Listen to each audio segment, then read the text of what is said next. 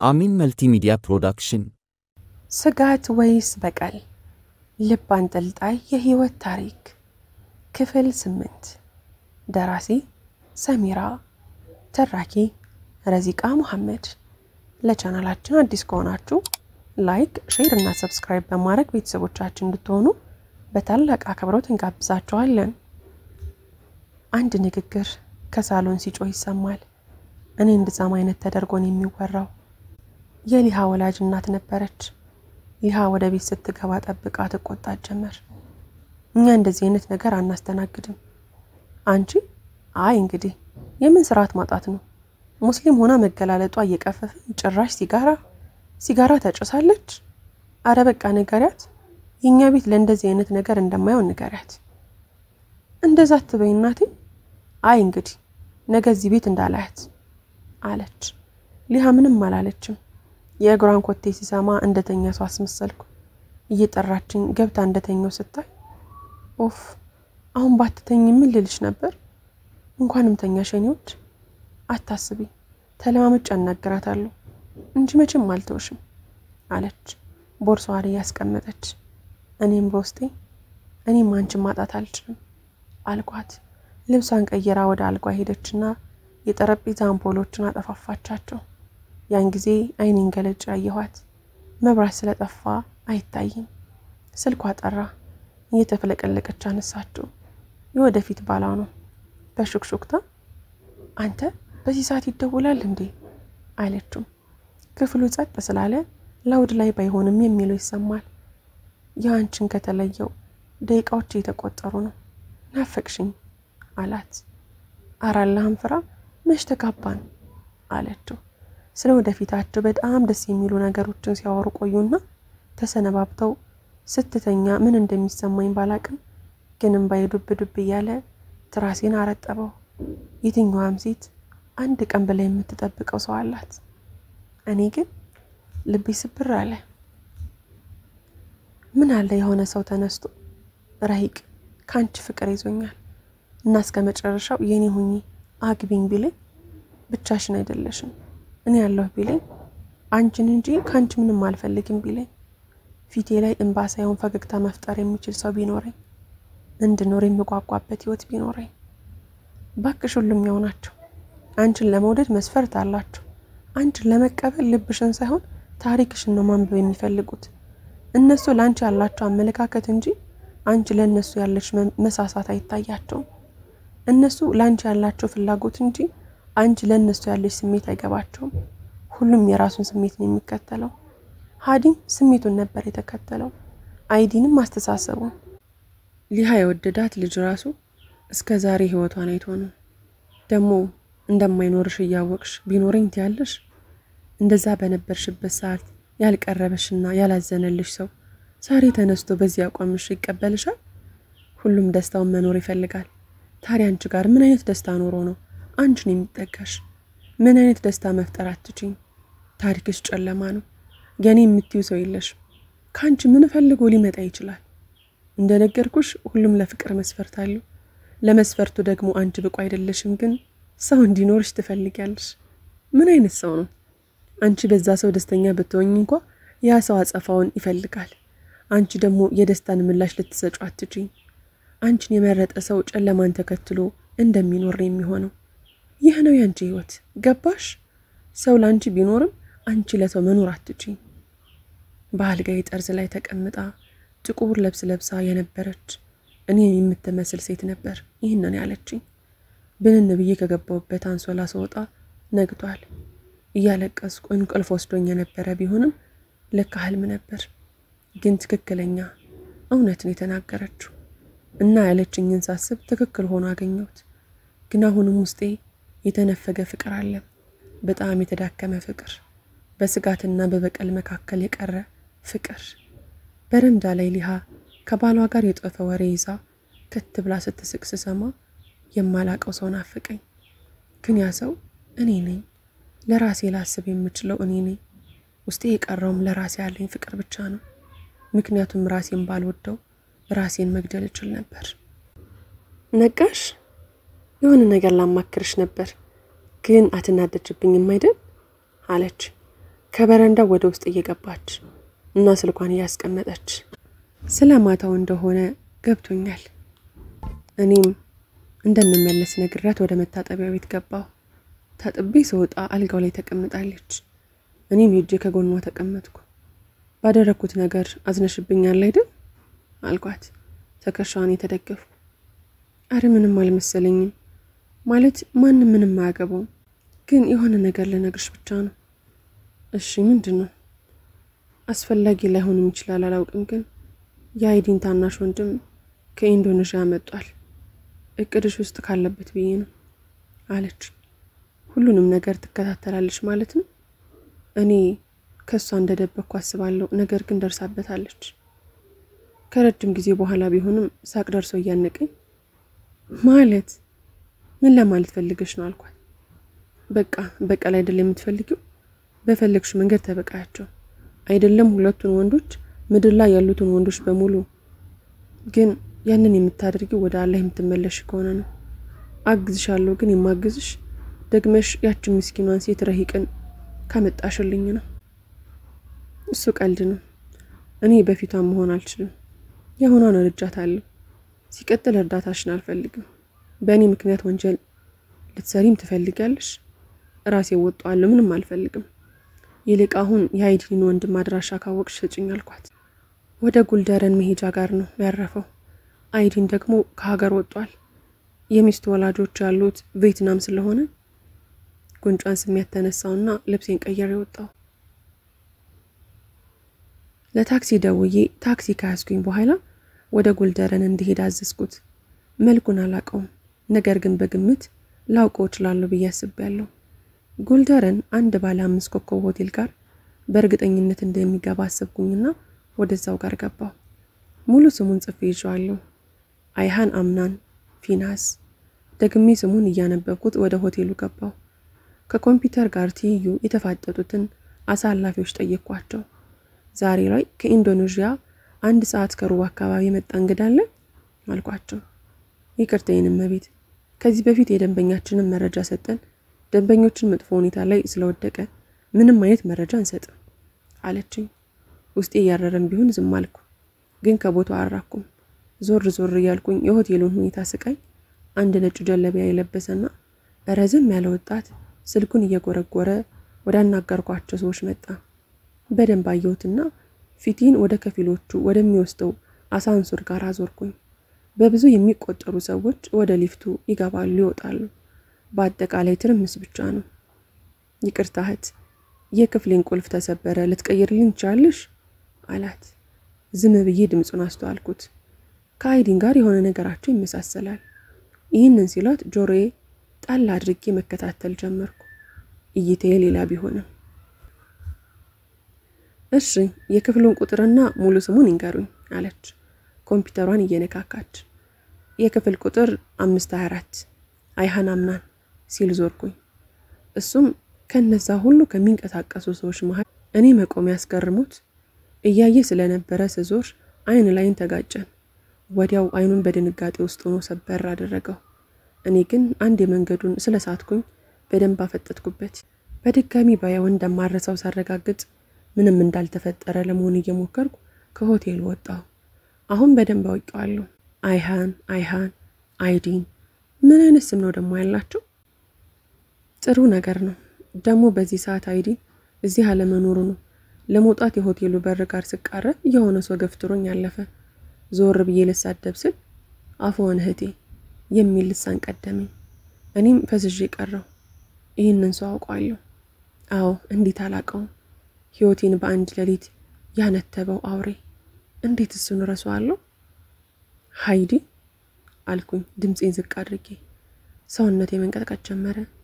እንባዬ እንደ ጥሬ ዝርግፍ ይላል። ለስንት ሰዓት እንደሆነ ባላቅም ለብዙ ሰዓት በሩ ጋር ቆሜ ስደነባበር ነበር። የሁለቱ ሌሊቶች ስቃይ አሁን ደርሶ ተሰማኝ፣ አመመኝ። እሱ ግን ወደ ጉዳዩ ሄዷል። በህይወት አለ እንዴ? ደሞ ተቀይሯል። ጀለቢያ ለብሷል። አማይማውንም ግጥም አድርጎታል። ወይ ጊዜ እሱም ላይሆን ይችላል ብዬ ለማሰብ ሞከርኩ፣ ግን አውቀዋለሁ። አንገቱ ላይ የእባብ ታቶ ነበረበት። እሱን ደግሞ አሁን ላይ ይቻለሁ። በአንድ ድንጋይ ሁለት ወፍ ማለት ይህ አይደል? ለዘመናት የፈለግኩትን አረመኔ ፊት ለፊት ያየሁት፣ ግልጽ በሆነለት ስሜን እንደ በራሪ ወረቀት የበተነውም ሰው ወንድም አገኘሁት። ምን አይነት አጋጣሚ ነው? ምንም አይደል ወንድም ካልኩት በኋላ ወደ ተስተናጋጅ ወንበር ሄድኩኝ። የዕለቱን ጋዜጣ ይዤ በድብቅ ስመለከተው ቀጥታ እንደሄደ የሆነን ሰው አገኘ። ምናልባት ይተዋወቁ ይሆናል ብዬ አሰብኩ። አይሃንን ነበር ሰላም ያለው። ቆመው ብዙ ከተነጋገሩ በኋላ አይሃን እመለሳለሁ አይነት ነገር ብሎት ይሄዳል። ሃይዲም የመኪና ቁልፍ እያሽከረከረ ይጠብቀዋል። መልሶ ስልኩ ጠራና አውጥቶ ትንሽ አናገረ። ከዚህ በፊት የማላቀውን ፈገግታ ፊቱ ላይ አለ። በደንብ ተመልከች። አንቺ በሱ ህይወትሽ ገደል ሆኖ እሱ ደግሞ በነፃነት እየኖረ ነው። አንቺ እያለቀሽ እሱ እየሳቀ ነው። ለአንቺ ህመም አኑሮ እሱ በጤናና በደስታ ውስጥ ነው። ተመልከቺ፣ በደንብ እዩ አልኩኝ። ውስጤ በብዙ ሐሳብና እንግልት በተተረማመሰ ከራሴ ጋር እያወራው። አይሃን ሁለት ሻንጣ እየጎተተ ከአሳንሱሩ ወጣ። ሃዲም አንዱን ሻንጣ እየተቀበለው እያወሩ ከሆቴሉ ወጡ። እኔም ጋዜጣውን አስቀምጬ ከርቀትም ቢሆን በአይን ተከታተልኳቸው። ወደ አንድ ጥቁር የሂላክስ መኪና ኮንፈን ሻንጣዎችን አስገብተው ወደ መኪናው የፊት በር ገብተው ጉዞ ጀመሩ። እኔም ወዲያ ወዲህ ስወናጨፍ በነበረው አንድ ታክሲ ገባውና እንዲከተላቸው አዘዝኩት። ከአንድ ቤተ መንግስት መሳይ ቤት ሲደርሱ በሩን በጥበቃው አስከፍተው ገቡ። የግቢው አጥር አጭርና አንዳንድ የተነጣጠለ ላሜራ ነው። በደንብ ይታያል። ከመኪናው ሲወርድ አንዲት እርግዝና የሚያስፈራ ሴት መጣች። ማን ትመስላችኋለች? ዩኒቨርሲቲ ውስጥ አሚራችን ነበረች። አሽፊ ናት። ከጎኗ አንድ ህፃን ድክ ድክ ይላል። ሁለተኛ ልጅ ማርገዟ ነው። ነገሮች ሁሉ ውዝግብግብ አለብኝ። እናም አሽፊ ከተቀበለቻቸው በኋላ ከአይሃን ጋር ሰላም ተባብለው አይሃን ከጎኗ ሲራመድ የነበረውን ህፃን አቅፎ እያጫወተ ሲገባ አሽፊና ሃዲ ያልሆነ ነገር ማድረግ ጀመሩ። ልፊያና እንደ መሳሳም አይነት ነገር። ባላየ ፊቴን አዞርኩና አንድ ነገር ታወሰኝ። ወደ መድረሳ እየሄድን ታውቂያለሽ፣ አሁን ከምልሽ በላይ በጣም መጥፎ ሰው ነበር። ከወላጆቹ ጋር ሳይሆን ጉድፍቻ ተወስዶ ነው ያደገው እና ከአሳዳጊው ሁለት ወንድምና እህት አለው። የሆነ ቀን ሲነግረኝ በጣም ልጅ እያለ አሳዳጊው የማይሆን ስድብ ከሰደበችውና ወላጆቹ እንዳልሆኑ ካወቀ በኋላ መጥፎ ሰው ሆነ፣ ራሱን ጣለ። በቃ በጣም ቆሻሻ ህይወት ውስጥ ነበር። አሁን ግን አልহামዱሊላህ ተስተካክሏል። እናንቺ እንዲህ ከነበረ ሰው ጋር እንዴት ታዳሱን ወደድሽው? ስላለሽ ብቻ ተቀበልሽው? እውነት ለመናገር አንዳንድ ወጣ ያሉ ነገሮች ትኩረት ይስባሉ ይባል የለ? እኔም ወድጄው ነበር። ማለት ባየሁት ቁጥር አስተካካዩ በሆን ብዬ እመኝ ነበር። የለውጡ ሰበብ መሆን ብችል ነበር። ስለዚህ ያው ፈለኩት። አላህ ደግሞ በሱም ልብ ውስጥ የኔን ፍቅር ዘራ። አንድ ሆነን ማለት ነው። በጣም ደስ ይላል። ከትውስታ መልስ። ስለዚህ የቀየረችው ሃዲን ነው ማለት ነው። ተመልሼ ስዞር የሉ ወደ ውስጥ ገብተዋል። ቤቱንና የመኪናውን ታርጋ ፎቶ አንስቼ ወደ ቤት ተመለስኩ። የሄድኩት ለመኖር አይደለም። አንድ አፓርትመንት ለመከራየት ልብሴን ላወጣ ነው። ግን ስደርስ አንድ ነገር ተፈጥሯል።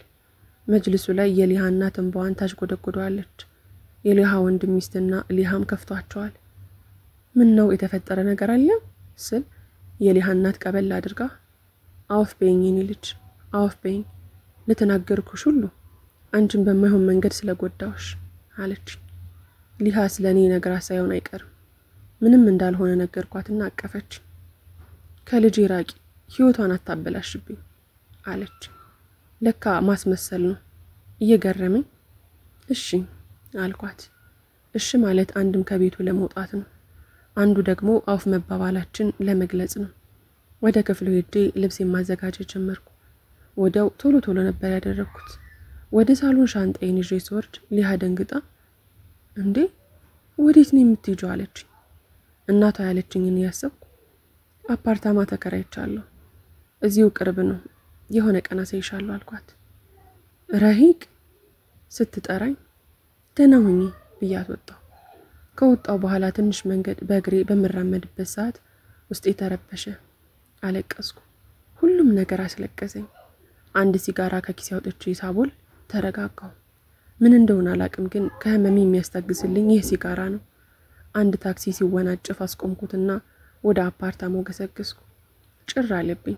ማንም የሚያናግረኝ የለም፣ የሚያዳምጠኝም የለም። መስኮቱን ከፈትኩት። ከኔ ክፍል ትይዩ ባለው ሌላ የአፓርታማ ክፍል ውስጥ ጥንዶች ጎን ለጎን ምግብ ይሰራሉ። በስራቸው መሃል ይደባደባሉ። አንዳቸው ሌላኛቸው ላይ ያሾፋሉ፣ ውሃም ይረጫጫሉ። ሲሯሯጡና ሲደባደቡ ቆይተው ሲመጡ የጣዱ ሽንኩርት አሯል። ሁለቱም ተሳስቀው እንደ አዲስ ምግብ እንደሚሰሩ ይነጋገራሉ። ፈገግ እያየኋቸው መሆኑን ሲያውቁ ሴቷ ገልመጥ አድርጋኝ የመስኮቱን መጋረጃ ሸፈነችው። ልቤ የተሰማውን ድንጋጤ ማንም ሊረዳኝ እንደማይችል አውቃለሁ፣ ግን ከፋኝ። መስኮቱን ዘግቼው ወደ ውስጥ ገባውና እግሮቼን አጣጥፌ ተቀመጥኩ። ይህ በእንዲህ እያለ መሸ። ሲመሽ ደግሞ ሌላ ጭንቀት ነው። ማልቀስ ጀመርኩ፣ መንሰቅሰቅ። ለምን ብቻዬን ቀረው? የጠየቅኩ ብዙ አይደለም፣ አንድ ሰው ብቻ ይህን ያህል ይከብዳል እንዴ? አንድ ህመሜን የምረሳበት ሰው ለኔ መስጠት ይከብዳል? ለካ ለኔ የፈጠርክልኝ አካል የለም። ለማን ይህን የማወራው? በ24 ዓመት ይህንን ሁሉ ስቃይ ማስተናገዴ ሳይንስ አሁን የሆነ ሰው ፈልጋለሁ። ከአፓርታማ ወጣሁ። ከምሽቱ 2 ሰዓት አልፏል። መራመድ ጀመርኩ። በአውራው ጎዳናው ላይ መራመድ ጭር ያለ አካባቢ ነው። የመኪናውን መንገድ ቢሆን መኪና አይታይበትም። አንድ ባለ መኪና ሰድቦኝ አለፈ። ማለት ልገባበት ነበር። እንዲገጨኝ ፈልጌ ነበር፣ ግን ልምድ ስለነበረው መኪናውን ተቆጣጥሮ አለፈኝ። ካለፈ በኋላ እኔም ስሰድበው ነበር። ለምን አልገጨኝም? ለነገሩ አዝኖልኝ ሳይሆን ለራሱ አስቦ ነው። 15 ዓመት ሙሉ እስር ቤት መበስበስ አሳዝኖት ነው። ምክንያቱም የሚኖርበት ምክንያት አለው። ታዲያ እኔ ማን ነኝ? ሁለተኛው መኪና ሲመጣ ግን የነበረው ስሜቴ በጣም ደስ ይል ነበር። እቅዴ ተሳካ፣ ገባሁበት። ትንሽ ዞሮብኝ ነበር። መብራቱ ሲያንጸባርቅብኝ አይኔ ጠፋ ያህል ነበር የተሰማኝ።